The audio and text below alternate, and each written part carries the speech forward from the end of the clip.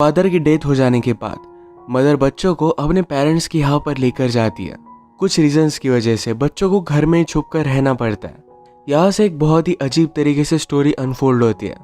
Hello friends, आज मैं आपको फ्लावर्स इन द एटिक ये 2014 की एक हॉलीवुड मूवी एक्सप्लेन करने वाला हूँ। अगर आपको वीडियो अच्छा लगता है तो प्लीज़ इसे लाइक और कमेंट ज़रूर कर दीजिएगा। अब बिना किसी देरी के एक्सप्लेनेशन स्टार्ट करते हैं।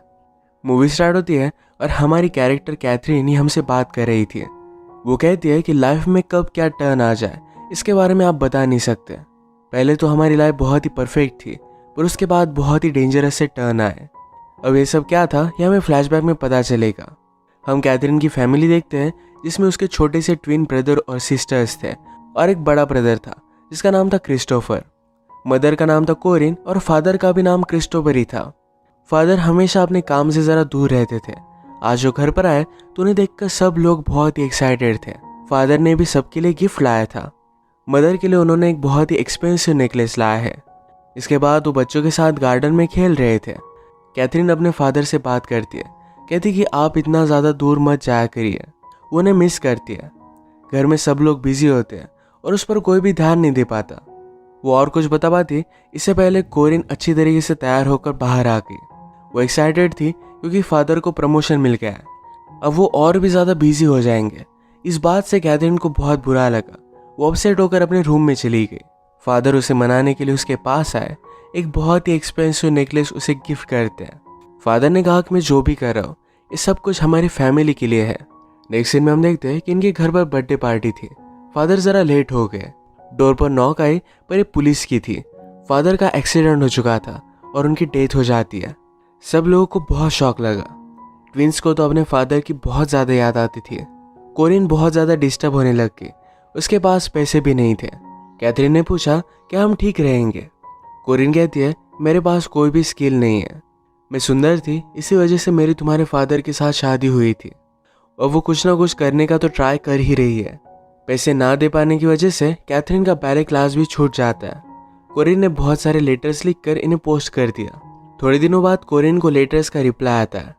उसने फिर अपने सब बच्चों को कहा कि अब हम जाकर मेरे पेरेंट्स के यहाँ रहने वाले हैं। बच्चे शॉक्ड हो गए क्योंकि उन्हें कोरिन के पेरेंट्स के बारे में पता ही नहीं था। कोरिन ने कहा मैंने मेरे पेरेंट्स की मर्जी के खिलाफ शादी की थी, तो इसी वजह से वो हम पर बहुत गुस्सा थे। अब वो फिर से उनके पास जाकर माफ़ी मांग लेगी, सबको मना लेगी। बच्चे ज़रा कंफ्यूज थे क्योंकि यहाँ की पूरी लाइफ छोड़कर उन्हें वहाँ पर जाना पड़ेगा। और कोरिन ने प्रॉमिस किया कि मेरे पेरेंट्स बहुत ही ज़्यादा रिच है, यहाँ पर इनकी जो भी सब चीज़ें थी इससे ज़्यादा वो उन्हें बाय कर देगी, क्योंकि वैसे भी ये लोन पे नहीं कर पाए तो इस वजह से बैंक सारी चीज़ें इनकी ले लेगी। इसके बाद कोरिन की सिटी में पहुँचे। वहाँ पर उन्हें लेने के लिए कोई भी आया नहीं था। वैसे ही रात में बहुत टाइम तक वॉक करते करते वो कोरिन के घर पर आ गए। कोरिन की मदर दरवाज़ा खोलती है। इसका नाम था ओलिविया। ओलिविया ने कहा कि देखो बिल्ली अपने साथ क्या लेकर आई। वो कोरिन को हमेशा बिल्ली बुलाया करती थी। बचपन से ओलिविया ने कोरिन को हेट ही किया है क्योंकि कोरिन अपने फादर से क्लोज थी। ओलिविया ने बच्चों को एक ऊपर का कमरा दिया जहाँ पर कोरिन के फादर उन्हें देख ना पाए। बच्चे घर में हैं ये एक सीक्रेट था। कोरिन अपने फादर को कुछ भी बताना नहीं चाहती थी। अगर फादर ने पहले उसे माफ़ कर दिया इसके बाद उन्हें बता सकती है। कोरिन ने समझा दिया कि मेरे फादर बहुत ही ओल्ड है, वो कभी भी मर सकते हैं। एक बार उन्होंने अगर मुझे फिर से एक्सेप्ट कर लिया फिर हम मिलीनियर बन जाएंगे। हमें इस तरीके से रहने की ज़रूरत नहीं पड़ेगी। कोरिन ने कहा कि मैं दिन भर यहाँ पर नहीं रह सकती। वो बीच बीच में उन्हें मिलने के लिए आती रहेगी। अगली सुबह ओलिविया बच्चों के लिए खाना लेकर आई। उसने कहा कि दिन भर तुम्हें खाना है, मैं फिर से तुमसे मिलने के लिए नहीं आऊँगी। या इस रूम में थोड़ा भी आवाज़ नहीं होना चाहिए। अगर ट्विंस को खेलना है तो ऊपर एटिक है, वहाँ पर वो खेल सकते हैं। बाथरूम यूज़ करते वक्त कभी भी लड़का और लड़की एक साथ नहीं जाएंगे। ओलिविया ने कहा कि अगर तुम्हारे ग्रैंडफादर को पता चला तुम लोग यहाँ पर रह रहे हो तो बहुत ही बुरा होगा। बच्चे फिर ऊपर एटिक देखने के लिए गए। ट्विंस को ये जगह खेलने के लिए अच्छी नहीं लगती, पर इनके पास कोई भी ऑप्शन नहीं था। इसे ज़रा इंटरेस्टिंग बनाने के लिए कैथरीन और क्रिस्टोफर ने उनके लिए झूला बना दिया। रात में कोरिन सबसे मिलने के लिए आई। ट्विंस उसे कहते हैं हमें यहाँ पर नहीं रहना। वो बहुत ही बोर हो रहे थे, उन्हें घर पर जाना था। कोरिन उन्हें समझा दिया कि तुम्हें कैथरीन और क्रिस्टोफर का सब कुछ चीज़ें सुननी चाहिए। ट्विंस मानते नहीं और हल्ला करने लग गए। तभी ओलिविया आ गई। उसने जोर से एक ट्विन को मारा। कहा कि इस घर में इस तरीके से चीज़ें नहीं चलेगी। कोरिन इस पर गुस्सा हो जाती है, कहती है तुम मेरे बच्चों को हाथ नहीं लगा सकते वरना मैं यहाँ से चली जाऊंगी। ओलिविया ने कहा कि तुम्हें जो अच्छा लगे तुम कर सकती हो, ये मेरा घर है और मेरी सब चीज़ें यहाँ पर चलेगी। उसने कोरिन को अपना शर्ट निकालने के लिए कहा। इतने सालों बाद कोरिन वापस आए तो इस वजह से ओलिविया ने कोरिन को बहुत मारा था। बच्चे भी ये देखकर डर जाते हैं। ओलिविया ने कहा कि तुम सब बच्चे एक डेविल की संतान हो। ये बात बहुत ही अजीब थी। यही चीज़ कैथरीन वंडर करती है, इसका क्या मतलब हुआ। कोरिन ने उसे समझाया कि जब मैं छोटी थी तो मेरी मदर मुझे बहुत मारा करती थी, तो इसी वजह से वो अपने फादर की बहुत ही क्लोज थी। हमेशा मेरी मदर मेरे फादर को मेरे खिलाफ बहुत ही अलग अलग चीज़ें बताया करती थी। स्लोली मेरे फादर भी काम में बिजी हो गए थे, तो इस वजह से मैं घर में अकेली पड़ गई। तभी मेरे फादर का हाफ ब्रदर हमारे पास रहने के लिए आया, क्योंकि उसकी मदर की डेथ हो गई थी। यानी कि वो कोरिन का इनडायरेक्टली अंकल था। वो बहुत ही हैंडसम और काइंड हार्टेड था। कोरिन और उसमें प्यार हो गया। इन दोनों ने भागकर शादी कर ली और इसी वजह से इनकी फैमिली इन पर बहुत ज़्यादा गुस्सा हो गई थी। फादर ने भी कोरिन को उनकी विल से निकाल लिया था। ओलिविया ने कोरिन को कहा था कि अगर तुम्हारे बच्चे हुए तो एबनॉर्मल होंगे, पर ऐसा कुछ भी नहीं हुआ। इसके बाद नेक्स्ट सीन में हम देखते हैं ट्विंस के लिए क्रिस्टोफर गार्डन पेंट कर रहा था। ओलिविया ने कैथरीन से पूछा कि ऊपर चल क्या रहा है। कैथरीन कहती है कि क्रिस्टोफर पेंट कर रहा है, वो एक बहुत ही अच्छा पेंटर है। ओलिविया पूछती है कि कभी उसने तुम्हारी पेंटिंग बनाई है क्या, तुम्हें कपड़े निकालने के लिए उसने कहा। कैथरीन को यह बात बहुत ही कंफ्यूजिंग लगी। ओलिविया समझती थी जिस तरीके से कोरिन का अपने अंकल के साथ अफेयर हुआ, उसी तरीके से इन ब्रदर सिस्टर में भी कोई रिलेशनशिप हो सकती है। अब इसके बाद थोड़े दिन बीत गए थे और कोरिन बच्चों को देखने के लिए आई ही नहीं।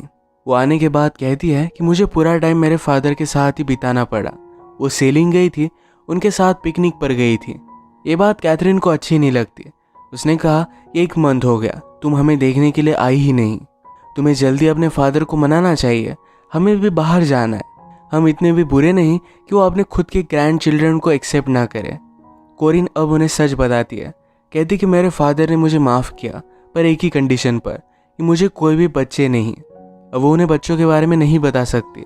फादर बूढ़े हैं तो उनके मरने का इंतज़ार इन्हें करना पड़ेगा। कैथरीन अपसेट थी, पर क्रिस्टोफर उसे समझाता है कि जल्द से ये टाइम भी गुजर जाएगा। उनकी ट्विन सिस्टर उनके पास आई और कहा कि कोरिन मिल नहीं रहा। वो हाइड एंड सीक खेलते हुए एक बॉक्स में बंद हो गया था। इसे जल्दी से जाकर खोलते तो अनकॉन्शियस हो चुका है। कैथरीन ने उसे हॉट वाटर में बहुत हीट किया, उसके बहुत अच्छे से ख्याल रखती है। इन्हें हेल्प करने के लिए कोई आया भी नहीं था। इसके बाद और भी टाइम गुजर जाता है। अब डायरेक्टली क्रिसमस आ चुका था। कैथरीन ज़रा पॉजिटिवली कहती है कि हमें ओलिविया के लिए गिफ्ट बनाना चाहिए। ये गिफ्ट बनाने के बाद ओलिविया सिर्फ इसे देख लेती है और वैसे ही फेंक कर चली गई। कोरिन जब इन्हें मिलने के लिए आए तब बहुत सारे गिफ्ट लेकर आए। बच्चे बाहर की दुनिया मिस करते थे तो उनके लिए एक टीवी भी लेकर आती है। उसने कैथरीन के लिए एक बहुत ही ब्यूटीफुल सा ड्रेस लाया हुआ था। कैथरीन ने कहा कि ड्रेस पहनकर हम जाएंगे कहाँ, हम हमेशा ऐसे हाइड होकर नहीं रह सकते। आज घर में क्रिसमस की पार्टी थी तो कैथरीन और क्रिस्टोफर दोनों आने की जिद करते हैं। कोरिन भी इसके लिए मान गई। उन्हें पार्टी में लेकर गए, पर ऊपर के लिकर कैबिनेट में उन्हें बंद कर रख दिया, जहाँ से वो सिर्फ पार्टी देख सके। एक बॉटल लेने के लिए ओलिविया ऊपर आई थी, पर वो निकालती नहीं, वो बच्चों को पकड़ ही लेती है। पार्टी में फर्स्ट टाइम हम कोरिन के फादर को देखते हैं। वो बहुत ही बूढ़े थे।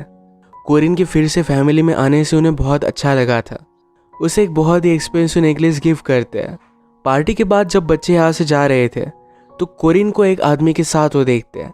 उसे कह रहा था कि हमारी लाइफ एक साथ स्टार्ट करने के लिए मैं रुक नहीं सकता।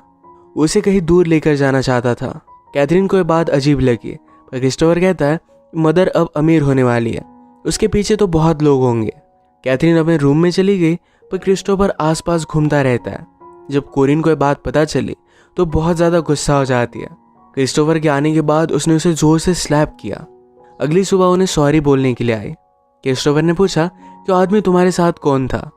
कोरिन कहती को मेरे फादर का लॉयर है, हमें उसकी ज़रूरत है, हमें मेरी मंजिल के बहुत ही करीब हो। उसे बहुत बुरा लगा कि उसने कल ये सब किया था। वो कहती कि हम इस तरीके से नहीं रह सकते, अगर हमारे पास पैसे नहीं तो क्या हुआ, हम कहीं भी एडजस्ट कर लेंगे।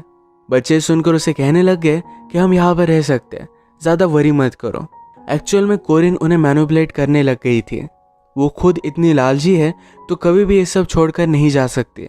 एक दिन ऊपर क्रिस्टोफर लड़कियों के मैगजीन्स देख रहा था कैथरीन जब ये उसे पूछती है तो छुपा लेता है। इसके बारे में कैथरीन ने कोरिन से पूछा। कोरिन ने कहा कि अब तुम लोग बड़े हो रहे हो तो ये अलग अलग चेंजेस तो आने ही वाले हैं। वो कैथरीन के लिए एक ड्रेस लेकर आती है। जब ये ड्रेस कैथरीन पहन रही थी तो क्रिस्टोफर उसे देख लेता है। ये जरा ऑकवर्ड था तभी ओलिविया यहाँ पर आ गई।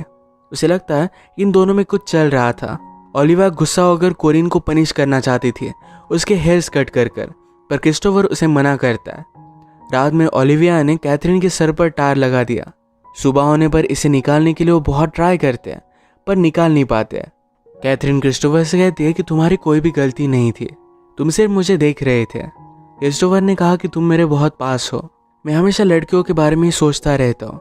उसे लगता है कि कैथरीन बहुत ही ब्यूटीफुल है पर वो इस तरीके से सोचना नहीं चाहता। कैथरीन के हेयर से टार निकालने का कोई भी वे नहीं था तो उसने उसके सारे हेयर्स कट कर दिया। एक दिन कैथरीन जब डांस प्रैक्टिस कर रही थी तो क्रिस्टोफर और वो मस्ती करने लग गए। ये गलत है, ये रियलाइज कर एक दूसरे से दूर हो जाते हैं। आजकल ट्विंस बाहर जाने का नाम भी नहीं लेते थे। उन्होंने उन्हें खिड़की में आकर बाहर जाने के लिए कहा पर फिर भी वो मानते नहीं। 1-2 साल ये सब यहीं पर रहे हैं। कैथरीन और क्रिस्टोफर को भी बाहर जाना था तो रात में एक रस्सी की मदद से नीचे उतर जाते हैं। एक ब्यूटीफुल से लेक के पास आए। ये वंडर करते हैं कि क्या कोरिन उनके लिए कुछ करेगी। वो उस पर अब ट्रस्ट नहीं करते। कोरिन बच्चों से मिलने के लिए आई पर डायरेक्टली 4-5 मंथ के बाद वो बच्चों से कहती है कि मेरी शादी हो गई है। वो हनीमून पर थी, इसी वजह से उनसे मिलने के लिए नहीं आ पाई। क्रिस्टोफर कहता है कि ऐसा अब नहीं चलेगा, 2 साल हो गए, हम यहीं पर बड़े हो रहे हैं, वो इस तरीके से अब यहाँ पर नहीं रह सकते। कैथरीन ने कोरिन से पूछा क्या तुम्हारे हस्बैंड को हमारे बारे में पता भी है। कैथरीन कुछ भी नहीं बोली और यहाँ से वो चली गई। ओलिविया के हाथों कोरिन उनके लिए स्वीट्स भेज देती है। डोनट्स देखकर सब लोग बहुत खुश हो गए थे। कैथरीन ने क्रिस्टोफर से कहा अब हमें यहाँ से निकल जाना चाहिए, हमें बाद में कितने भी पैसे मिले पर हम इस तरीके से नहीं जी सकते। क्रिस्टोफर ने कहा कि हमें निकलने के लिए थोड़े पैसों की ज़रूरत पड़ेगी। वो विंडो के पास खड़ा था तो ओलिविया उस पर बहुत चिल्लाती है। वो उसे कभी भी उसके नाम से नहीं पुकारती तो क्रिस्टोफर कहता है मेरे फादर की तरह क्रिस्टोफर नाम है। इस बात पर ओलिविया और भी ज़्यादा गुस्सा हो गई, उसे कोड़े से बहुत मारती है। कैथरीन ने क्रिस्टोफर की जख्म देखी और ये दोनों किस कर लेते हैं। अगले दिन ये दोनों करीब थे और ओलिविया आके तो कहती कि तुम दोनों कर क्या रहे हो। क्रिस्टोफर रोते रोते ओलिविया के पैर में गिर गया। कहता है कि मुझसे बहुत बड़ी भूल हुई है, प्लीज़ मुझे माफ़ कर दो। ओलिविया गॉड पर बहुत बिलीव करती थी। उसने कहा तुम्हें गॉड ही माफ़ कर सकता है। ओलिविया के जाने के बाद कैथरीन बहुत ही कन्फ्यूज्ड हो गई।